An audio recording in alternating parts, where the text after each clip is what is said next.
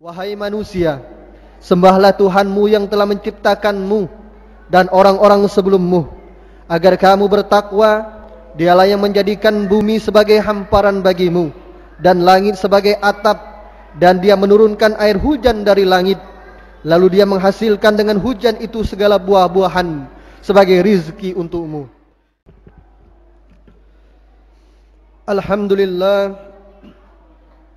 Alhamdulillahilladzi khalaqal khalqa ala itlaq, fatiris samawati wal ard wa basitil arzaq.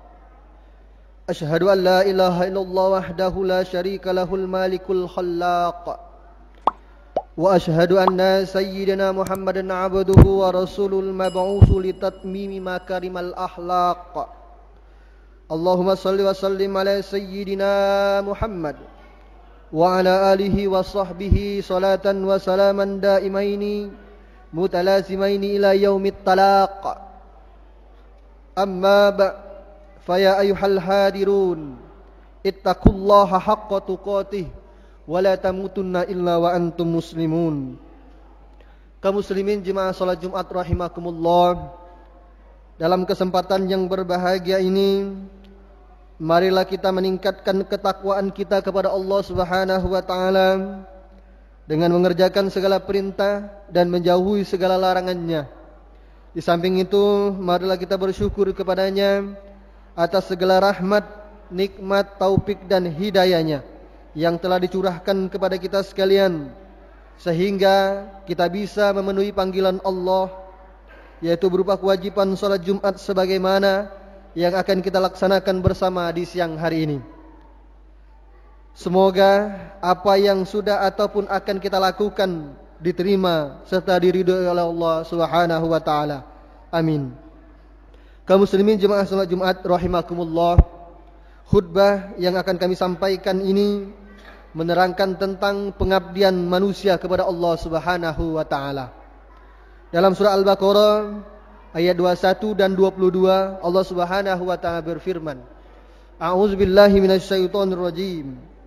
Ya ayuhan nasu ubudu rabbakumul ladzi khalaqakum walladzina min qablikum la'allakum tattaqun. Allazi ja'ala lakumul arda firasan was samaa'a binaa'a wa anzala minas samaa'i ma'an fa akhraja bihi minas samarati rizqan lakum fala taj'alu lillahi andada wa antum ta'lamun. Wahai manusia, sembahlah Tuhanmu yang telah menciptakanmu dan orang-orang sebelummu, agar kamu bertakwa. Dialah yang menjadikan bumi sebagai hamparan bagimu dan langit sebagai atap, dan Dia menurunkan air hujan dari langit, lalu Dia menghasilkan dengan hujan itu segala buah-buahan sebagai rizki untukmu. Karena itu janganlah kamu mengadakan sekutu-sekutu bagi Allah, padahal kamu mengetahui. Quran surah Al-Baqarah ayat 21 sampai 22. Kaum muslimin jemaah salat Jumat yang rahimakumullah, pada permulaan surah Al-Baqarah ini Allah telah menerangkan bahwa Al-Quran menjadi pedoman bagi orang-orang yang takut kepadanya. Kemudian disebutkannya pula hal orang kafir mengingkari ajaran Allah tak mendapatkan petunjuk itu. Diiringi pula dengan menerangkan orang-orang munafik dengan sifat dan kelakuan mereka yang berpura-pura dengan bertopengkan Islam. Kemudian berulah Allah menghadapkan semuanya kepada segenap manusia agar menyembah Allah Tuhan yang Maha Esa. Menyembah Allah Tuhan yang Maha Esa itu adalah seruan pertama sekali diajukan dalam agama Islam. Karena kalau ditanya kepada segenap manusia, hampir semuanya tahu bahwa Allah Tuhan Sang Pencipta langit dan bumi. Hanya saja cara-cara penyembahannya yang berlainan menurut kepercayaan dan agama masing-masing. Orang kafir Mekah menurut Al-Quran, mereka menerangkan bahwa Tuhannya Allah. Manakala dalam keadaan bahaya dan sakit, mereka memohon kepada Allah Subhanahu wa taala. Tetapi manakala dalam kesenangan dan kebahagiaan, mereka lupa kepada Allah. Mereka berlutut bersujud kepada berhala, dan mereka tahu bahwa berhala itu sebagai tawassul atau wasilah ataupun perantara saja. Dengan ciri inilah mereka mempertuhankan berhala. Kaum muslimin jemaah salat Jumat rahimakumullah, Jika diamati kenyataan apa yang berlaku pada abad mutakhir ini, masih ada orang-orang yang menyembah berhala berwujud keduniaan, seperti harta, pangkat dan kedudukan. Oleh karena takut hartanya habis dan berkurang, takut pangkatnya bergeser dan kedudukannya direbut oleh orang lain, maka dengan cara apapun ataupun dipertahankan, meskipun berbuat yang tidak diperbolehkan dalam ajaran Islam, mereka tidak segan-segan menipu, berkhianat, memfitnah demi tegak milik berwujud harta, pangkat, serta kedudukan ataupun jabatan. Mereka tidak menyadari bahwa perbuatan itu telah menggambarkan dirinya, menghambakan dirinya kepada dunia. Dengan hal kata lain, menjadi budak dunia, budak pangkat dan budak harta yang semuanya itu diiktibarkan sebagai berhala. Selanjutnya dalam Al-Quran diterangkan pula bahwa lama-kelamaan mempertuhankan berhala itu dibesar-besarkan. Artinya bukan saja sekedar sebagai perantara, tetapi malahan telah benar-benar disembah secara mutlak. Kaum muslimin jemaah salat Jumat rahimakumullah.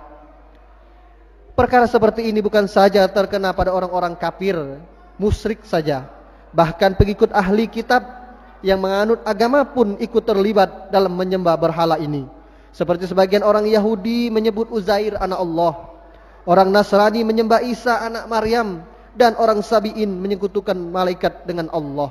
Demikianlah berbagai penyelewengan yang telah diperbuat oleh manusia bertentangan dengan ajaran agama Allah dalam melaksanakan pengabdian kepadanya.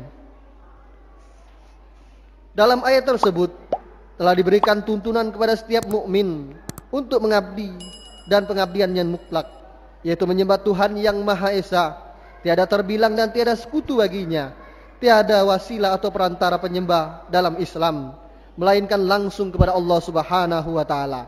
Setiap orang Islam yang sedang melaksanakan solat mengucapkan lafaz iyyaka na'budu wa iyyaka nasta'in, yang artinya hanya kepada Engkau ya Allah kami menyembah, dan hanya kepada Engkaulah ya Allah kami memohon pertolongan.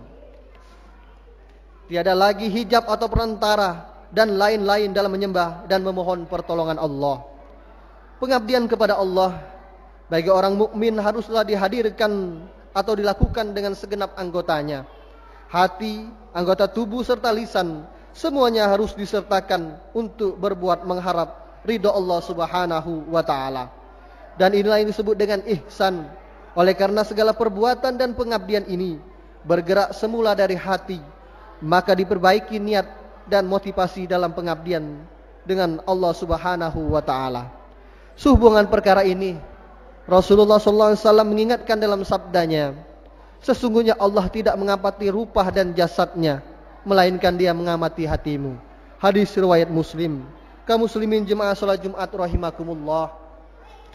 Lanjutan dalam surah Al-Baqarah di atas menerangkan betapa maha pemurah dan maha pengasihnya Allah yang telah menciptakan langit dan bumi serta mencurahkan air dari langit, dan dari air itu mengeluarkan buah-buahan sebagai rizki yang dimakan untuk melangsungkan kehidupan manusia yang telah dijadikan oleh Allah Subhanahu wa taala. Air adalah benda yang vital dan sangat menentukan hidup dan matinya manusia. Manusia tidak akan hidup tanpa air. Tidak akan ada sesuatu yang akan dimakan manusia dan hewan yang tidak melalui tumbuh-tumbuhan, hanya saja melalui proses yang menjadikan masing-masing hingga akhirnya merupakan bentuk sesuatu yang dapat dimakan. Dalam keadaan seperti ini, Allah telah mengingatkan manusia sebagaimana pertanyaannya dalam Al-Quran yang artinya, siapakah yang menurunkan air hujan dari langit? Aku ataukah kamu? Siapakah yang menghidupkan tumbuh-tumbuhan di bumi? Aku ataukah kamu? Masih banyak lagi pertanyaan-pertanyaan itu dikemukakan Allah kepada manusia untuk menguji hati dan akal manusia. Apakah mereka sadar atau tidak akan perkara ini?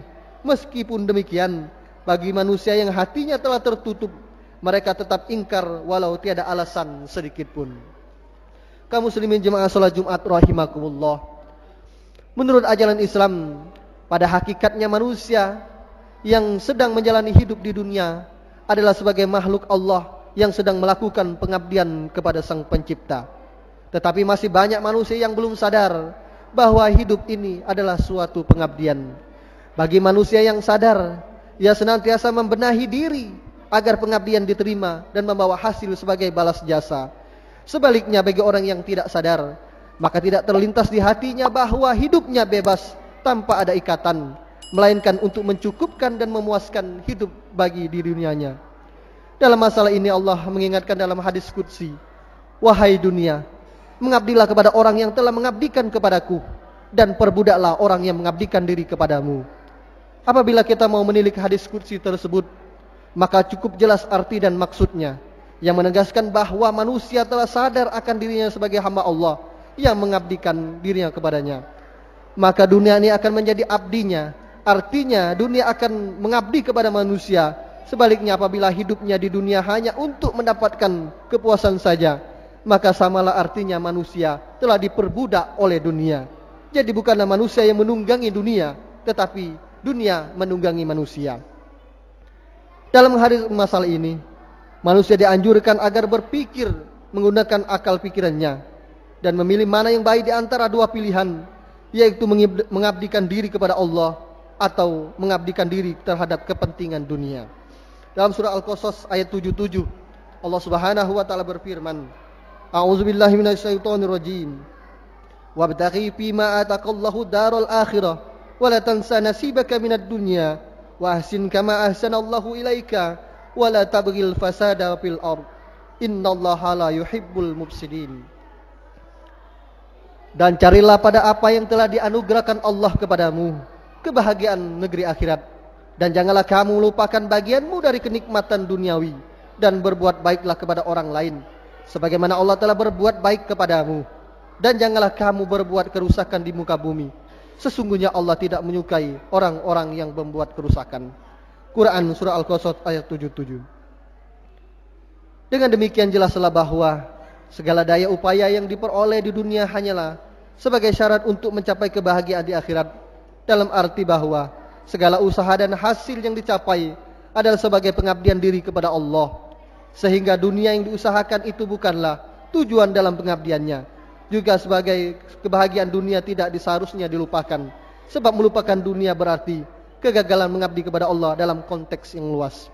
Rasulullah SAW telah mengingatkan perkara ini dengan sabdanya, "Barang siapa menjadikan dunia ini pusat cita-citanya, niscaya Allah akan mencerai-beraikan urusannya dan menjadikan kemiskinan membayangi dirinya, serta tidak akan datang kepadanya keduniaan, melainkan sekedar apa yang tidak ditetapkan. Dan barang siapa menjadikan akhirat niatnya, niscaya Allah menghimpunkan segala urusannya, serta menciptakan kepuasan kenikmatan dalam hatinya, sementara dunia datang untuk tunduk kepadanya." Selanjutnya Rasulullah SAW bersabda, "Barang siapa bertekad hanya menghubungkan diri kepada Allah Subhanahu wa taala semata, niscaya Allah menjamin segala keperluan dan memberikan rizki dari apa yang telah tidak diduganya. Dan barang siapa yang bertekad menghubungkan diri kepada dunia semata, niscaya Allah menyerahkan dunia ini." Manusia yang berpegang teguh pada ajaran-ajaran Allah dan sungguh-sungguh insya Allah akan terhindar dari permainan dunia yang memperbudak manusia, dan sebaliknya dunialah yang mestinya kita jadikan abdi untuk mencapai ridho Allah Subhanahu wa taala. Kaum muslimin jemaah salat Jumat rahimakumullah, demikianlah khutbah yang bisa kami sampaikan. Mudah-mudahan khutbah singkat ini akan dapat memberi manfaat serta diiringi hidayah dari Allah Subhanahu wa taala. Amin amin ya rabbal alamin. Barakallahu li wa lakum fil Qur'anil azim wa taqabbal minni wa minkum tilawatahu innahu huwas samiul alim. Allahumma salli ala sayyidina Muhammad wa ala ali sayyidina Muhammad.